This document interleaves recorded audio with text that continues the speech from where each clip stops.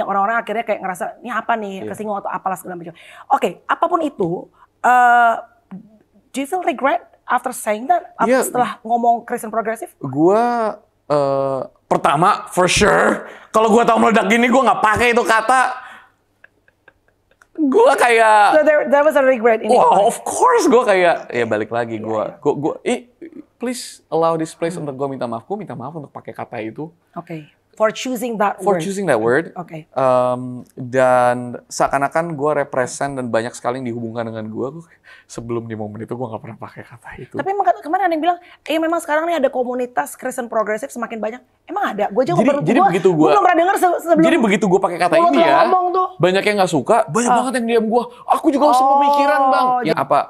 Now what? For you, apa yang you customize sekarang pada saat, karena kan nomor satu, you in the public eye udah. Nomor satu, please allow me untuk mendeklarasikan bahwa as of now, gue bukan lagi seorang pendeta.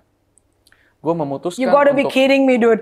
Lu udah panjang lebar cerita segala macam, sekarang lu gak pendeta lagi?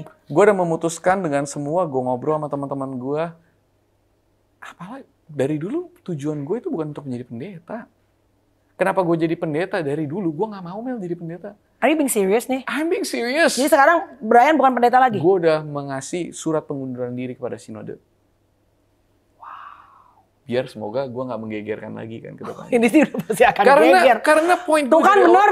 Orang dia sesat tuh. Udah ini jangan jadi pendeta deh. Udah jadi DJ aja udah. Pasti akan ada aja. Assalamualaikum warahmatullahi wabarakatuh. Berjumpa lagi dengan Jadi HMC ya, channel yang mengedukasi dan menghibur. Di kesempatan kali ini kita akan membahas pendeta Brian Siawarta yang mengumumkan bahwa dia tidak lagi menjadi seorang pendeta. Dia sudah mengirim surat pengunduran diri sekaligus sudah di ACC ya oleh sinodenya bahwa dia sudah mundur dari pendeta sehingga dia tidak akan lagi menggunakan gelar pendeta maupun Pastor Brian Siawarta. Kenapa itu semua terjadi? Ya tentu saja karena kontroversi yang ditimbulkan oleh Brian Siawarta mengenai Kristen progresif. Tekanan demi tekanan dirasakan oleh Brian. Hujatan demi hujatan tentu saja dia dapatkan. Bahkan saya rasa ya, itu Brian Siawarta itu jauh lebih tertekan daripada pendeta Budi Asali maupun Esra Soru yang dihujat oleh netizen-netizen Kristen.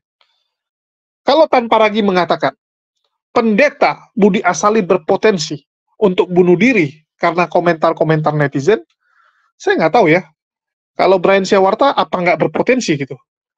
Harusnya malah 10 kali lipat lebih ngeri, lebih besar potensi dari Brian Siawarta. Tapi untungnya Brian Siawarta ini orangnya easy go. Orangnya itu masa bodoh. Sehingga agak mending gitu. Kalau enggak, pasti depresi teman-teman. Kalian bisa bayangkan, ketemu siapapun yang dibahas, lu Kristen progresif ya? Lu ngajarin apa gitu? Belum lagi tekanan kepada orang tuanya. Orang tuanya jemaat yang taat. Bayangkan, jemaatnya tuh jemaat yang benar-benar gitu, yang punya teman banyak. Itu pasti kan saudara-saudaranya, orang-orang yang dia kenal, pasti akan marahi mamanya juga kan? Lu gimana sih didik anak itu? Anak lu disekolahkan sekolah teologi, sekolah Bible, ya, sekolah Alkitab di Australia, pulang-pulang kok menyesatkan orang. Pulang-pulang kok malah buat ajaran baru gitu. Itu pasti tekanannya ngeri teman-teman. Ya, tekanannya itu besar sekali. Dan akhirnya dia memilih melepaskan itu semua. Dan sekedar informasi ya, buat teman-teman semua, Kodondi coba menghubungi Brian untuk ngajak podcast, ngajak ngobrol. Tetapi ditolak oleh Brian Siawarta dengan alasan dia nggak mau bahas tentang pengajaran teologi ataupun agama. Dia udah nggak mau bahas yang berbau agama. Karena menurut dia, ya kondisinya sudah panas, dia nggak mau lagi dihujat, untuk itu dia stop membahas agama. Kalau yang umum-umum dia masih mau. Tapi karena dia tahu kalau Kodondi nggak mungkin bahas umum. Kodondi itu terkenal ya untuk kritik-kritik Bible, kritik-kritik kekristenan dan sebagainya. Dan dia sadar kalau dia datang dia akan jadi santapan gitu. Kalau nggak jadi santapan, ya mau nggak mau dia harus ikuti kata Kodondi. Dan itu akan membuat banyak Polikardus yang lain ngamuk, yang lain kejang-kejang. Jadi memang serba salah ya Brian Siawarta sekarang. Dan kita akan mendengarkan pernyataan dari Brian Siawarta mengenai pengunduran diri dia, ya, terus pandangan dia sebenarnya seperti apa? Kok bisa? Kok bisa seviral itu? Apa maksudnya? Apakah ini sudah sesuai? Atau memang pendeta-pendeta ini yang salah mengartikan, memelintir, atau memang pemahaman pendeta ini yang istilahnya hanya kata dalam tempurung? Karena kita lihat banyak ya, orang-orang itu pemahamannya sangat dangkal. Kita udah ngomong kemana, dia masih mengartikan di situ-situ saja. Jadi ada misunderstanding, kesalahpahaman karena memang nggak nyambung bahasanya. Nggak nyambung. Jadi coba kita dengarkan dulu penjelasan Brian ya, nanti kita coba jabarkan, dan ya kita nonton dulu lah teman-teman. You know what? Gue dari kecil rasis. Gue dari kecil tanpa sadar rasis. Kenapa? Karena gue Cindo, bonyok gue Cindo, teman-teman gue Cindo, gue tinggal di Pluit, mainnya di sana. Kalau lu ketemuin dua anak kecil di depan gue, yang satu Cindo, yang satu kulit sawo matang Indonesia, dua-duanya kurus, dekil, gue bakal lihat yang dulu ya, gue bakal lihat yang kulit sawo matang, kayak aduh kasihan ya, nih 10.000, semangat ya Dea, yuk bisa yuk, fighting. Gitu kan. Kalau yang Cina, gue kayak, ih kenapa lu di sini? Orang tua lu di mana? Udah lu pulang ke rumah gue aja, gue mandiin lu, gue sekolahin, dan hati gue otomatis ke satu. Ada kesamaan darah ibaratnya gitu ya, tanpa disadari ya. Tanpa disadari. Bonyok gue juga membesarkan gue rasis, mereka juga nggak sadar karena mereka juga dibesarkan seperti itu. Tapi sebenarnya banyak loh, Bray. Sebenarnya banyak loh apa yang kita rasakan, makanya kita kadang-kadang, mohon maaf nih, ini it's just my personal opinion, tapi kenapa kita kadang-kadang merasa bahwa wah, oke, memang we are different. Maksudnya kita hidup dalam dunia sekuler dengan kepercayaan berbeda-beda, tapi aku selalu percaya bahwa oke, we are different, kita berbeda, tapi kita tetap bisa saling mengasihi. Cuma kadang-kadang ada apa ya sebutannya? Ya mungkin bukan ajaran ya. Dari kecil udah denger dari mama papa gitu loh. Tanpa mereka juga nggak sadar gitu loh. Akhirnya membuat gue bahwa oh enggak, dia beda sama gue gitu loh. Sebenarnya yang lu bilang simple. Nggak kenal maka tak sayang. Gue nggak punya teman-teman yang Indonesia. Oh karena kecil, tinggalnya juga kan di Pluit, gue nggak punya teman-teman yang Muslim. Sama nih, kayak waktu gue kecil, gue itu kan SD-nya negeri. Gue tuh selalu melihat gini, ih Cina no. Jadi melihat bahwa oh gue pribumi, gue beda. Lo Chinese berbeda gitu. Oh, itu manusiawi sekali. Tempat dimana kita dibesarkan. Yang familiar aja. Kita lihat siapa, kita kenal siapa, itu yang kita cintai. Dan dulu kan belum ada YouTube yang kasih kita ibaratnya, oh kita semua sama, warna kulit apa. Gak ada. Iya. Tapi pada saat gue kenal Tuhan Yesus, gue sadar ada yang salah sama hati gue. Maksudnya? Gue rasis. Tuhan Yesus paling anti kerasisan. Dia di zaman dia datang, dia memisah-misah orang-orang, memisah-misahkan. Gue Yahudi, lu bukan Yahudi. Gue yang aliran ini, aliran itu. Dia merangkul semuanya, bahkan yang paling dibuang sama masyarakat. Jadi gue kayak, gak bener nih. Makanya pada saat gue sekolah teologi pun, gue memilih untuk di luar. Kenapa? Karena gue pengen exposure ketemu dengan orang dari bangsa-bangsa yang berbeda. Dan Australia kan banyak sekali imigran ya. Very mixed country. Ini saya komentar dulu ya. Sebelum kita lanjutkan, karena ini cukup menarik, supaya jangan kalian lupa. Nanti kalau udah terlalu panjang kita putar, kan jadi lupa kan. Jadi di sini dia mengatakan bahwa dia ini terlahir dari keluarga dan dibesarkan secara tidak langsung rasis. Sadar tidak sadar ya, dia tuh rasis gitu. Dia mengilustrasikan, seandainya dia bertemu dengan dua orang anak, artinya anak kecil, yang satu Cindo, sedangkan yang satu lagi sawo matang. Pasti yang sawo matang cuma dikasih duit, cuma dibilang, aduh kasihan ya, ini uang untuk dipakai, untuk makan, dan sebagainya. Sedangkan yang Cindo pasti diajak pulang dan disekolahkan. Itu kita jelas ya, bahwa kelakuan seperti itu artinya kelakuan rasis. Berat kasih, pilih-pilih kasih kan begitu. Dan menurut Melanie Ricardo ya sama, dia juga akan seperti itu. Kalau dia ketemu yang Batak, apalagi ya marganya masih kena, wah itu pasti beda perlakuan. Dan itu manusiawi. Itu sangat manusiawi, teman-teman. Jadi, hal seperti itu kita nggak bisa pungkiri. Orang itu melihat ya banyak hal. Sama kayak kita misalnya menerima karyawan. Kalau ada dua orang dengan nilai yang sama, hasil ujiannya sama, kira-kira kita pilih yang mana? Pasti pilih yang lebih menyenangkan kita. Baik itu mungkin tampilan, oh yang ini lebih cantik, udah saya pilih dia. Atau yang ini, wah ini satu kampung dengan saya pilih dia. Akan banyak alasan orang untuk memilih. Ya memang secara tidak langsung itu rasis. Dan hanya Islam yang mengajarkan kita jangan rasis. Tetapi menurut Brian Siawarta, Yesus yang tidak rasis. Ini kan harus diluruskan. Ini saya komentari karena menurut saya ini ketidaktahuan dari Brian Siawarta. Ya, dia nggak tahu.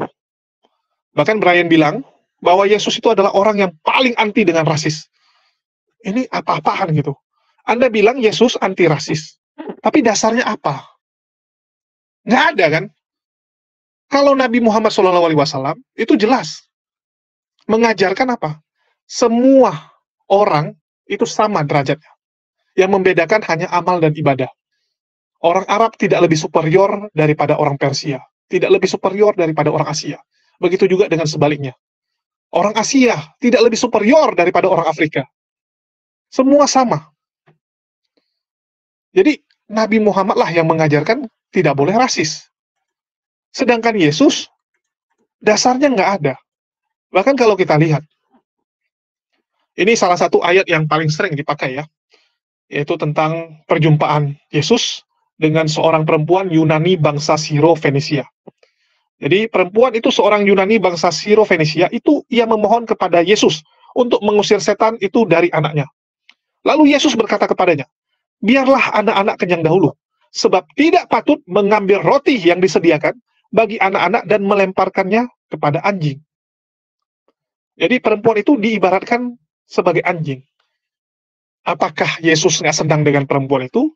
Ataukah hanya karena perempuan itu punya bangsa Siro-Fenisia? Yang mana?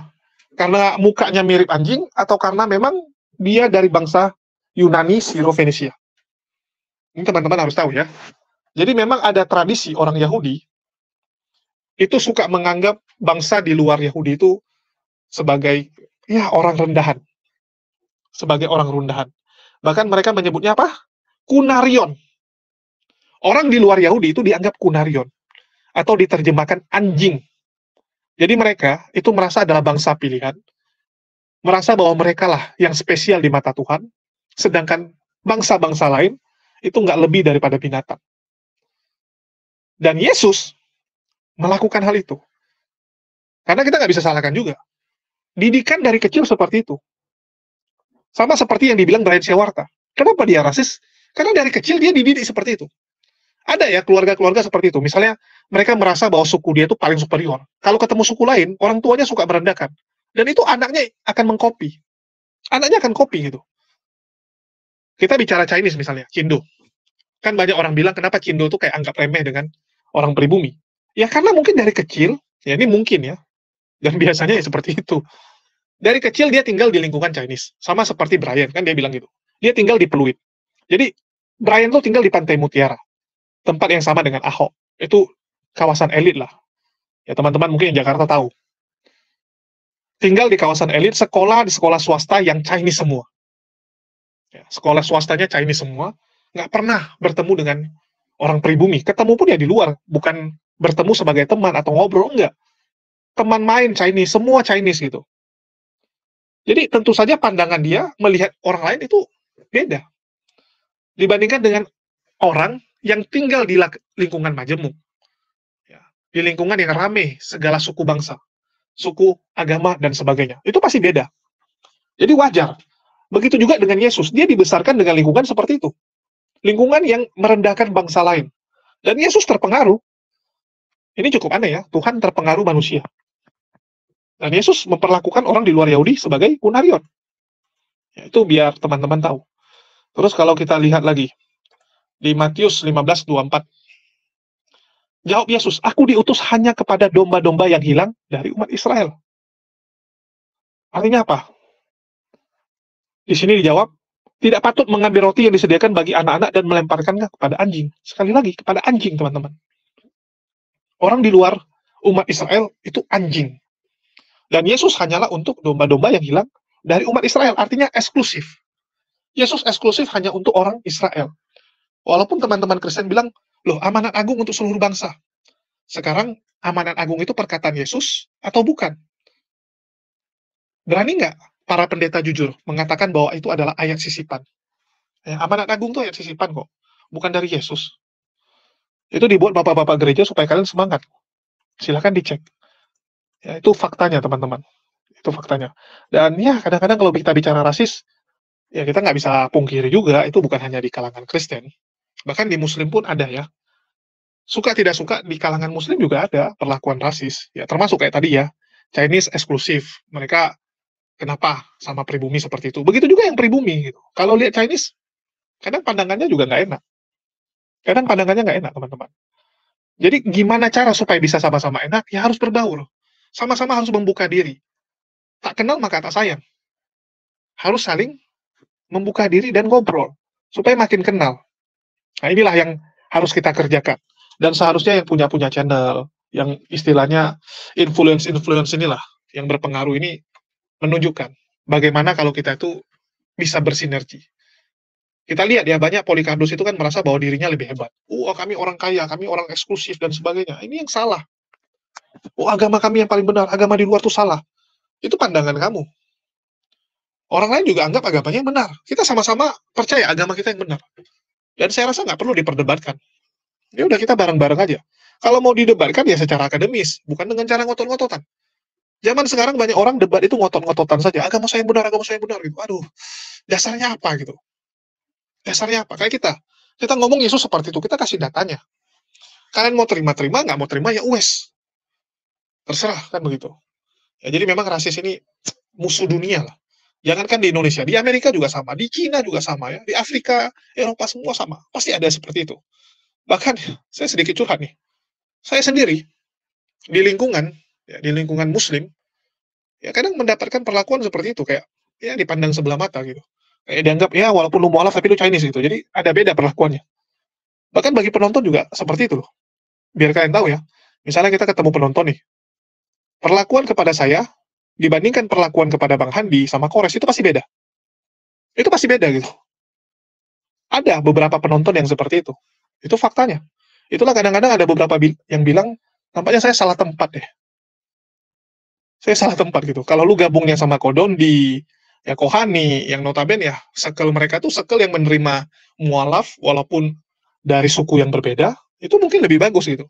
Dibandingkan yang circle sini, yang memang masih banyak yang susah menerima Chinese. Terlepas lu mualaf atau tidak. Itu saya rasakan ya, saya harus jujur bilang. Oke, kita lanjut dulu nonton, nanti baru kita tanggapi lagi. Oke, setelah itu lo merasa bahwa Tuhan suruh lo pulang kembali ke Indonesia. Ya Tuhan taruh di hati gue. Taruh di hati lo. Kecintaan untuk Indonesia. Right, Ya. oke. Dan gue sadar kalau gue cinta Indonesia, kita dipanggil untuk melayani kan selalu kan. Gue nggak bisa bilang gue mau melayani Indonesia kalau gue nggak mau melayani teman-teman saudara kita yang Muslim. 86% Indonesia adalah Muslim. Islam. Iya, iya. Oke. Kita cuma berapa di sini? Melayani, terms melayani ini apa maksudnya? Kalau boleh tahu yang ada di hati lo. Spesifik ya, Iya. memberkati. Oke. As simple and as specific itu. Definitely bukan mengkristenisasi. Definitely bukan mengkritik. Definitely bukan. Memberkati. Artinya kalau urusan itu urusannya Tuhan. Itu urusan Tuhan. Tapi urusan pribadi kita dengan Tuhan masing-masing. Yang Tuhan taruh di hati kamu tuh panggilannya, callingnya apa? Untuk memberkati. Memberkati. Bentuknya apa gue gak tahu. Yang penting Tapi Tuhan suruh itu aja. Tapi gue tahu kalau nggak kenal maka Tak sayang. gimana caranya gue bisa kenal teman-teman kita yang You need Muslim? to Gue get aja to nggak punya know teman. Oh. Gue ambil teologi, pelajaran Islam. So you learn, belajar go. Oke. Belajar, basic. Ya, ya, ya. Basic. Pelan-pelan Tuhan taruh di hati gue. Gue suka banget ya teman-teman kita yang Muslim, Islam. Gue bersyukur banget gue pulang ke Indonesia, gue ketemu teman-teman Habib Jafar, Dennis Lim, kemarin sempat ketemu Felix Xiao. Gue belajar Islam lebih dari mereka, dan itu membuat kecintaan gue terhadap Islam dan teman-teman Muslim lebih. And note this, kita bisa cinta sebuah agama, sebuah pengajaran tanpa harus percaya. Kadang-kadang menurut gue pribadi nih, sekali lagi gue boleh bisa salah, I am sorry kalau gue salah. Tapi di Indonesia, bukan Indonesia, di manusia secara umum, kita tuh tidak bisa, seakan-akan kalau kita beda, kita musuh. Padahal enggak sama sekali. Iya. Right? Exactly. Maksudnya gini, gue sangat impress dengan saudara-saudara kita umat Muslim yang misalnya ya, gini, gue dulu deh zaman gue suka party, ya zaman explore hidup ya, donat, udah nggak sanggup Raya, udah nggak sanggup asam lambung. Anyway, at that time gue ngerasa gini, gue ngeliat banyak orang yang misalnya using drugs, pakai narkoba, party to the max, and then they died, meninggal. Gue tuh ngeliat gini, gila serem banget ya. lu pulang kembali kepada pencipta lu dalam keadaan kotor. Nah, karena dari kecil gue tahu bahwa gue bisa berdoa anytime tanpa harus cuci muka, tanpa harus segala macam. Terus gue melihat analogi gini, gila saudara-saudara kita umat muslim aja, when they wanna go to their creator, penciptanya, mereka membasuh, membersihkan segala macamnya. Terus gue gini, oh my God, kalau gue nakal, terus tiba-tiba gue kenapa-kenapa, cuy, lu akan kembali kepada pencipta lu dalam keadaan paling kotor. Orang mau sholat aja harus membersihkan diri. You're gonna go back for the last time kepada pencipta lo. Itu sih waktu gue party yang bikin gue salah satunya pengen berhenti gitu. I love what you said. Tapi pada saat kita ngelihat saudara kita yang muslim, yang harusnya stature yang kita punya, cara pikir kita, gila ya mereka begitu meninggikan Tuhan setinggi itu, sehingga mereka datang dengan menyucikan dirinya. Menurut gue itu sesuatu yang sangat indah. Exactly right. They put effort. Nah, sometimes mungkin aku ngerasanya, aku ya sebagai orang Kristen suka take things for granted ya. Gitu. Kayak misalnya karena aku bisa doa kapanpun, dimanapun, bahkan kadang-kadang gak tutup mata pun aku kayak I'm just talking to God doa as my sekali father. Aja lupa sehari, jangan kan 5 kali. Right, iya kan gitu. Jadi menurut gue sih memang, iya betul. Gue senang tadi dengan sentence lo bahwa lu bisa mencintai, mengagumi ajaran lain ya, walaupun berbeda. Tanpa juga harus berarti lu suka ya dengan ajaran ini, berarti lu akan pindah. Enggak juga. Tapi maksud gue when you secure in your belief, iya dong gitu. Lu sudah secure dengan your belief, enggak usah parno. Enggak usah takut bahwa ntar lo kalau belajar agama ini lo akan lock in. Santai aja. Kalau emang lo harus lock in, emang it's a God's way. Emang udah berarti jalan hidup lo Tuhan udah suruh lo ke sono. Itu yang gue percaya.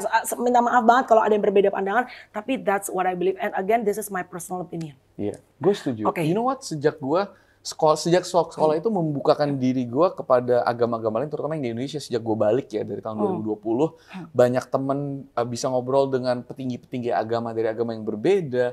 Gue terpanggil untuk melayani Indonesia. Oke. Artinya apa? Makanya seringkali statement gue, kan lu tanya, ini balik ke pertanyaan lu ya, Bray, lu kebayang nggak sih?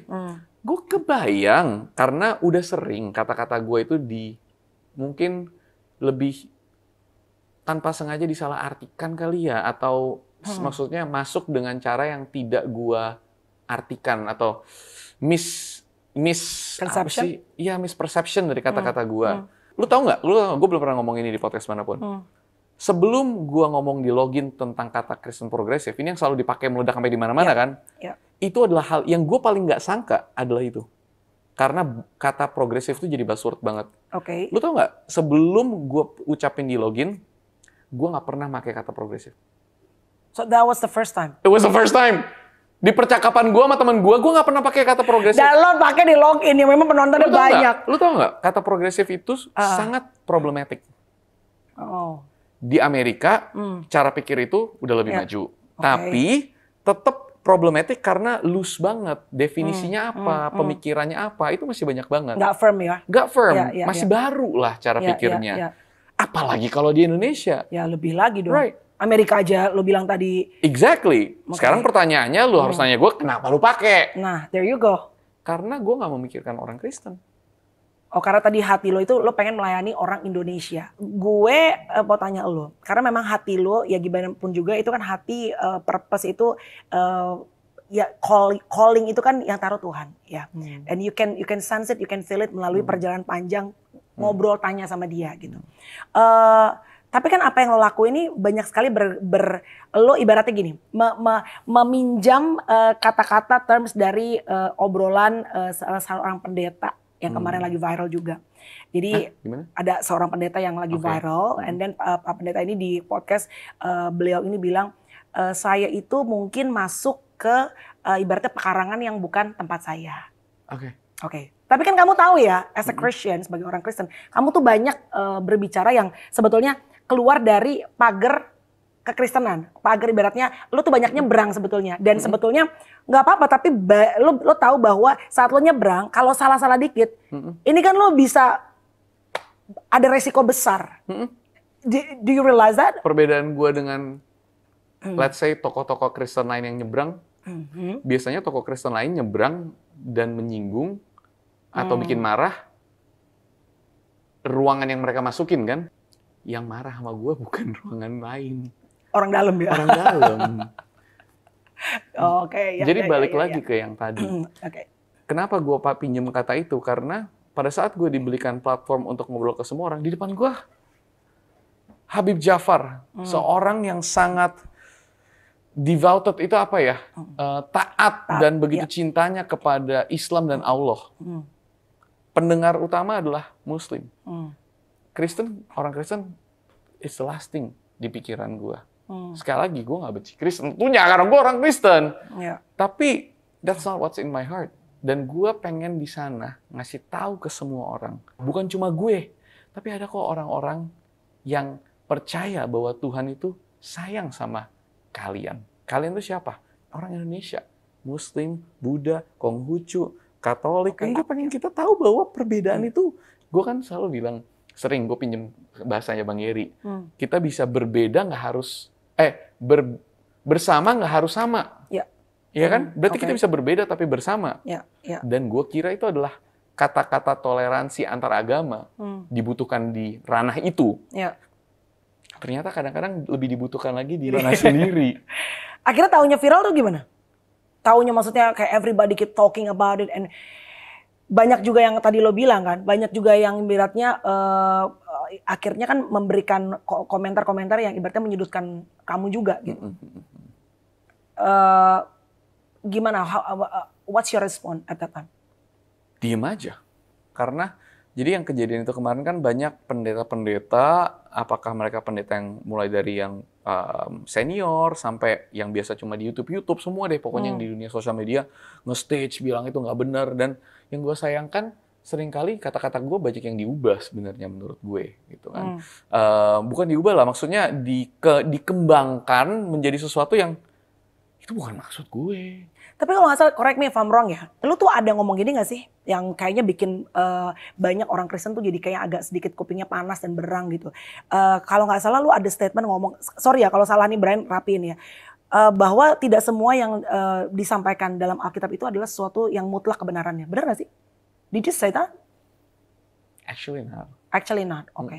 Jadi apa terms yang kamu... Jadi mungkin ada beberapa hal yang gue ngomong itu membuat orang, dia ngomong gini, dia ngomong A, kayaknya yang dia maksud B deh. Terus disambungin sampai ke B, C, terus dibilang ini yang C nggak benar. Gue kayak, sebenarnya nggak gitu, cuma statement simple. Balik lagi, tanpa kita masuk keluar sana. Kenapa gue bilang gue nggak mau? Banyak yang kayak mau berdebat sama gue. Ayo, kalau lu berani, lu debat. Gue kayak, gue ini bukan pengajar. Gue bukan teologian. Gue cuma seseorang yang cinta Tuhan Yesus dan berjalan bersama dia untuk ngasih tahu semua orang bahwa Tuhan sayang semua orang. Sesimpel itu. Jadi makanya gue dari awal gue bilang dulu, Mel, gue gak mau bahas teologi di sini. Anggaplah, ini buat teman-teman Kristen, anggaplah semua yang gue bilang salah. Gak apa-apa, I'm fine with that. Karena gue tidak mencoba meyakinkan satupun orang Kristen bahwa yang gue pikirkan ini benar. Gue tidak mencoba. Gue tidak punya purpose untuk mengajar, untuk meyakinkan. No. So it was just your personal opinion? It's my faith, iman gue, apa yang gue tahu, yakini sampai saat ini. Dan di platform itu adalah di momen dimana gue bisa memberitahu orang bahwa Tuhan sayang banget sama mereka. Mungkin banyak yang akhirnya jadi misconception or misunderstanding jadi nyerang ke Brian karena at that time mereka melihat kamu dengan panggilan pastor pertama mungkin. Nah, and then yang kedua ya kalau orang punya pandangan apapun itu kan itu hak masing-masing pribadi ya. You talk in the public display, mungkin gitu kali. Jadi kayak ibaratnya banyak orang-orang akhirnya kayak ngerasa ini apa nih, kesinggung atau apalah segala macam. Apapun itu, do you feel regret after saying that? Setelah ngomong Kristen progresif? Gua pertama for sure, kalau gua tahu meledak gini gua nggak pakai itu kata. Gua kayak so there was a regret in of course gua kayak ya balik lagi gua please allow this place untuk gue minta maaf. Gue minta maaf untuk pakai kata itu. For choosing that word. Dan seakan-akan gue represent dan banyak sekali yang dihubungkan dengan gue. Sebelum di momen itu gue nggak pernah pakai kata itu. Tapi kemarin ada yang bilang, memang sekarang nih ada komunitas Kristen progresif semakin banyak. Emang ada? Gue juga begitu gue belum pernah dengar sebelum. Jadi begitu gue pakai kata ini ya, banyak yang nggak suka, banyak banget yang diam gue. Aku juga harus pemikiran bang. Jadi ini. Apa aja regret gue? Apa aja kesalahan yang setelah gue pikirkan dan gue ngobrolin ya? Pertama adalah menggunakan kata itu. Oke. Problematic. Kita di Indonesia belum Ya. siap untuk term itu Oke. karena terlalu banyak masalah yang terikut di sana. Oke, itu Pertama. satu. Katanya ya, cara pikir apa yang gue sampaikan yang dari hati gue, tentu gue nggak akan minta maaf soal itu. Bukan karena sombong atau apa, tapi itu apa yang gue percayai, iman pribadi gue. Dan kalau dianggap salah, ya nggak apa-apa. Karena gue nggak meyakinkan orang. Tapi penggunaan kata itu adalah kesalahan pertama gue. And you willing to say sorry about that? Iya, gue minta maaf banget kalau jadi ricuh ya gereja kalian sekarang ngomonginnya setiap minggu, Kristen progresif semua. Dan menurut gue, itu mungkin harusnya nggak digunakan kata itu, gitu kan? Harusnya nggak digunakan kata itu. I think so, lebih baik. Dan ini yang pertama, ini yang kedua, ini yang teman gue bilang dan gue kayak, ih bener juga ya. Kesalahan gue adalah gue ngomongin hal teologis di platform, gue ngomongin hal teologis dan akademik di platform umum. Tapi kan maksudnya gini, mungkin buat beberapa orang Kristen ada hal-hal yang mungkin perspektif bisa berbeda-beda, tapi ada hal yang prinsip. Misalnya the word of God, firman Tuhan. Itu kan hal-hal yang prinsip. Tapi perspektif bisa macam-macam bagaimana lu mengartikannya. Tapi ada beberapa hal yang memang dalam Alkitab mungkin menurut mereka lu nggak bisa debat bahwa ini adalah firman Tuhan. Misalnya gitu deh. Jadi Mel, kalau gua ngomong apa yang gua ngomong di platform akademis, yang mendengarkan gua adalah dosen, teologian, praktisi-praktisi akademis kekristenan, dan pastor yang benar-benar mendalami teologi, ya kan? Dari berbagai yang punya perspektif berbeda pun, gue utarakan, mereka akan ngangguk-ngangguk. Oi, mereka nggak bakal marah. Mereka bakal, I know, itu ada bukunya, ada cara pikirnya, ada argumennya, dan lain-lain. Gue nggak percaya, tapi gue tahu. Kan kalau kita akademis seperti itu. Gue nggak percaya pandangan gue berbeda, tapi gue tahu maksud lo, gue ngerti poin lo, gue ngerti ayat Alkitabnya, gue ngerti backgroundnya semua. Dan kita di level itu lebih bisa menghargai perbedaan dan kedalaman teologi dan nuansa kekristenan karena yang udah siap. Sedangkan lo kemarin ngomong di platform umum. Oke. Karena banyak dari kita belum siap untuk sesuatu yang sangat berbeda seperti itu. Itu kesalahan. Pas gue pertama kali you gotta admit it's quite controversial. Iya. The word is quite controversial gitu loh. Oke, berarti ada dua yang lo regret. Anything else that you regret? I think mulai dari dua itu sih. Soalnya yang gue sayangkan dari dua itu, kalau pertama gue tidak mengungkapkan itu dalam platform setinggi itu dan nggak pakai kata progresif, kayaknya hari ini nggak ricuh banget. Oke. Apa now what? For you, apa For yang you me. customize sekarang pada saat karena kan Nomor satu, you in the public eye udah. Nomor satu, please allow me untuk mendeklarasikan bahwa as of now, gue bukan lagi seorang pendeta. Gue memutuskan You gotta be kidding me, dude. Lu udah panjang lebar cerita segala macam, sekarang lu nggak pendeta lagi? Gue udah memutuskan dengan semua, gue ngobrol sama teman-teman gue, apalah dari dulu tujuan gue itu bukan untuk menjadi pendeta. Kenapa gue jadi pendeta dari dulu? Gue nggak mau Mel jadi pendeta. Are you being serious nih? I'm being serious. Jadi sekarang Brian bukan pendeta lagi? Gue udah mengasih surat pengunduran diri kepada sinode. Wow. Biar semoga gue nggak menggegerkan lagi kan ke depan. Ini sih udah pasti akan geger. Karena poin tuh kan bener. Orang dia sesat tuh. Udah ini jangan jadi pendeta deh. Udah jadi DJ aja udah. Pasti akan ada aja. Ya, jadi Brian mengatakan dia ditaruh untuk melayani orang. Bukan mengkristenkan orang. Ini yang teman-teman, terutama Polycarpus harus belajar lah. Memberkati orang itu artinya apa? Memberkati orang itu menjadi berkat bagi orang lain. Bukan menyusahkan orang lain. Bukan mempersulit orang lain. Tapi kalau bisa kita itu ada fungsinya. Kalaupun nggak bisa membantu dia, minimal kita senyum. Minimal kita jangan jadi orang yang menyebalkan bagi orang lain. Ini berbeda dengan misionaris ya. Misionaris itu banyak sekali yang menjadi, ya bisa dibilang orang yang sangat menyebalkan. Menyebalkan sekali. Memaksakan agamanya, ngotot, ya. Mengatakan agamanya yang benar, agama orang lain salah, dan sebagainya.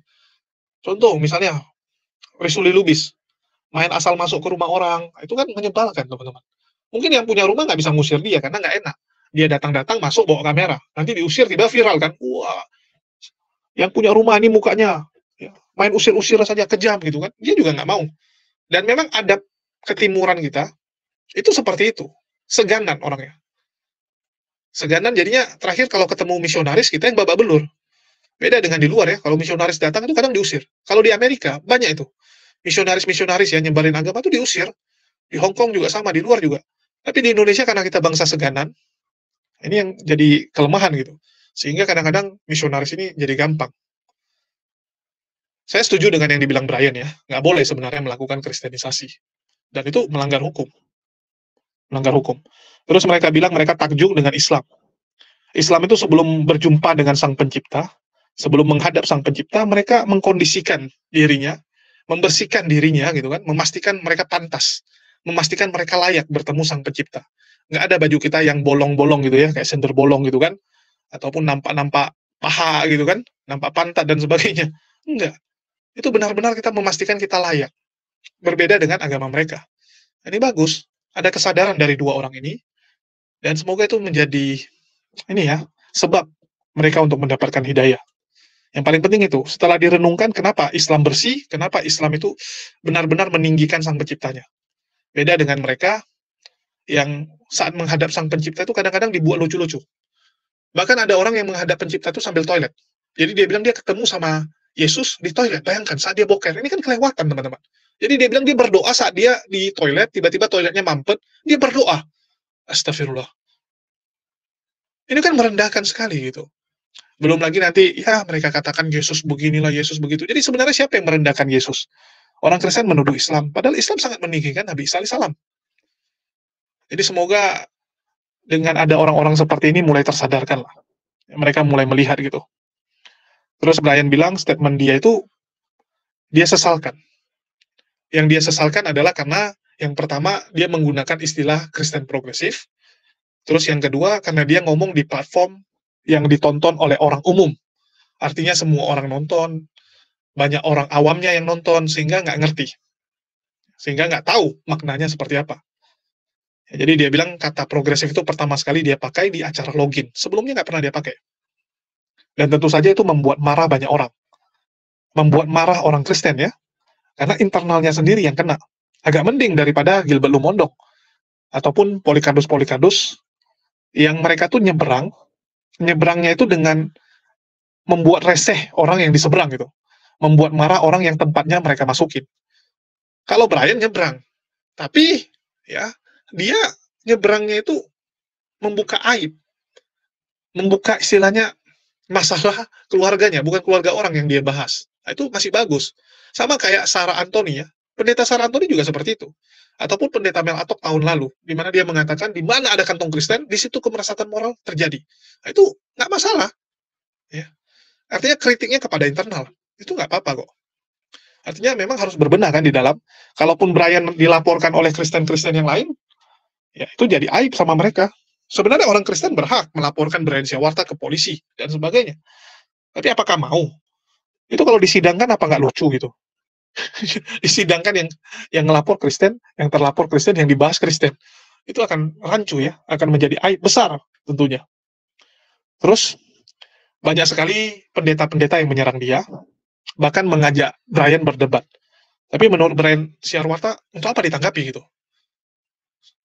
Kalaupun mereka menyerang, mengatakan dia sesat lah, nggak jelas lah, ya inilah nabi palsu lah, pengajar palsu gitu. Anggaplah dia salah. Terus apa gitu? Nggak ada dampak juga kan? Apakah dengan mengatakan Brian Syawarta sesat, maka kalian jadi benar? Enggak. Ini sama seperti Andre Tunggal ya, hitam putih. Saya ingin katakan, dengan kalian mengatakan Brian Syawarta sesat, apakah itu membuat Kristen jadi benar? Enggak. Ya, nggak merubah kondisi bahwa Kristen jadi benar. Enggak, itu harus diuji lagi semua. Harus diuji. Nah, cuman dia menyesali penggunaan kata progresif yang dia anggap ini didengar oleh orang umum, sehingga orang salah paham. Karena beda, kalau kita ngomongnya sama orang akademisi, sarjana teologi, doktor teologi, ya mungkin mereka bisa lihat bahwa ya memang yang disampaikan Brian Syawarta itu ada dasarnya gitu. Dan pemahamannya bukan pemahaman yang baru dibuat oleh Brian. Dari zaman dulu sudah ada. Pemahaman seperti ini udah banyak. Cuman di Indonesia ini baru gunakan nama. Itulah kenapa begitu Brian Syawarta umumkan Kristen progresif, banyak orang Kristen di luar sana yang merasa, oh iya ya, saya juga seperti itu. Oh iya, saya juga gitu ya. Nah, terakhir mereka berkumpul. Mereka berkumpul dan mereka menjadi perkumpulan Kristen-Kristen progresif. Dan bisa jadi besok ada gerejanya gitu kan, bisa jadi. Kalau ada yang mau jadi pendeta, ada yang mau ngurusin. Kalau ada yang mau ngurusin, pasti ini ada jemaatnya kok. Orang banyak sebenarnya yang pemikirannya itu sama seperti Brian. Mereka mengakui kok, Bible itu kontradiksi, ya, Bible itu sudah tidak bisa dipakai di zaman sekarang, Bible itu hanya tulisan orang, gitu. Banyak yang percaya seperti itu dan pasti akan ikut. Ya. Terus dibilang bahwa, ya, tekanan-tekanan tuh begitu banyak, tekanan tuh pasti banyak, teman-teman. Dan saya kasihan ya dengan Brian, yang saya bilang, nggak bisa. Nggak bisa untuk standing terus. Dan memilih untuk kabur ya. Kalau saya bilang nih kabur sih, Brian memilih untuk kabur. Harusnya dia berani untuk bangkit lawan gitu. Katakan aja gitu. Memang salah, ya salah gitu. Kenapa harus takut? Hanya gara-gara kamu setiap hari, setiap minggu sekarang di khotbah-khotbah gereja disebutkan namanya. Jadi kalau teman-teman lihat ya, ini setengah dari gereja Indonesia, itu membahas Brian Syawarta setelah dia viral. Mereka ingin memastikan jemaat-jemaatnya itu jangan sampai terpengaruh, jangan sampai domba-dombanya tuh jadi ikut-ikutan. Kalaupun dombanya nggak keluar dari gereja mereka, mereka juga takut kan. Oke lah mungkin, dombanya nggak jadi progresif atau nggak ikut Brian 100%. Tapi kalau mereka ikuti pernyataan Brian nggak perlu bayar perpuluhan, apa nggak pusing gerejanya? Yang sebelumnya, keuangan gereja misalnya dapat 500 juta sebulan. Tiba-tiba gara-gara mereka termakan omongan Brian Syawarta, mereka cuma kasih 200 juta ditotalin. Itu goyang tuh gerejanya teman-teman. Kalau menurut kalian, loh 500 juta jadi 200 juta kok goyang? Ya, goyang lah. Kalian nggak hitung pengeluarannya berapa, sewa gedungnya berapa, karyawannya berapa gitu. Kalau itu profit, masih mending gitu. Itu kan pendapatan kotor. Pendapatan kotor gereja dari 500 turun ke 200 juta itu pasti pusing. Kecuali net profit. Nah, kalau net profit nggak apa-apa lah ya. Dari sebelumnya dapat 500 jadi cuma dapat 200 juta. Ini kan belum kurangi kos-kos, kurangi gaji full-timer, gaji pendeta, cicilan. Waduh, banyak teman-teman. Kasihan juga. Oke, mungkin itu aja yang bisa saya sampaikan untuk Brian Syawarta ini. Dan kalian bisa lihat bahwa akhirnya dia menyerah ya. Akhirnya Brian Syawarta menyerah dengan kondisi, menyerah dengan keadaan, dan pastinya dia tidak akan membahas lagi tentang Kristen progresif ini. Akhirnya kasihan. Selalu ujung-ujungnya tertindas dan menyerah ya. Karena memang tekanan dari sebelah tuh ngeri teman-teman. Mereka tuh bisa lihat gitu. Kalau yang kayak Bang Zuma, Ustadz Kainama, mungkin kalau ditekan susah gitu. Karena circle-nya Bang Zuma, circle-nya Ustadz Kainama memang udah siap untuk itu. Tapi kalau kayak Brian kan, yang dia jumpai, temannya semua Kristen. Banyak kan. Lingkungannya Kristen, keluarganya Kristen. Kan gak enak juga kalau tiap hari mamanya nyindir gitu. Mamanya bilang, lu jangan gini, jangan gitu. Ya, kadang memang beda teman-teman. Kayak saya aja kadang-kadang serba salah ya. Itu kenapa banyak yang tanya, kenapa nggak open cam gitu. Kenapa nanti podcastnya pakai topeng gitu. Karena saya tinggal di lingkungan yang Kristen. Teman saya juga masih banyak Kristen. Jadi serba salah. Kecuali saya udah benar-benar mau ninggalin ya. Tapi untuk apa gitu. Karena saya nggak selamanya di sini teman-teman. Saya juga kadang-kadang masih bingung. Kenapa saya bisa punya channel seperti ini. Kenapa pelayanan saya jadi seperti ini gitu kan. Yang dulunya fokus bisnis kok tiba-tiba jadi ini. Dan saya masih rindu untuk balik ke bisnis ya. Oke, bagi teman-teman, sedikit informasi juga ya.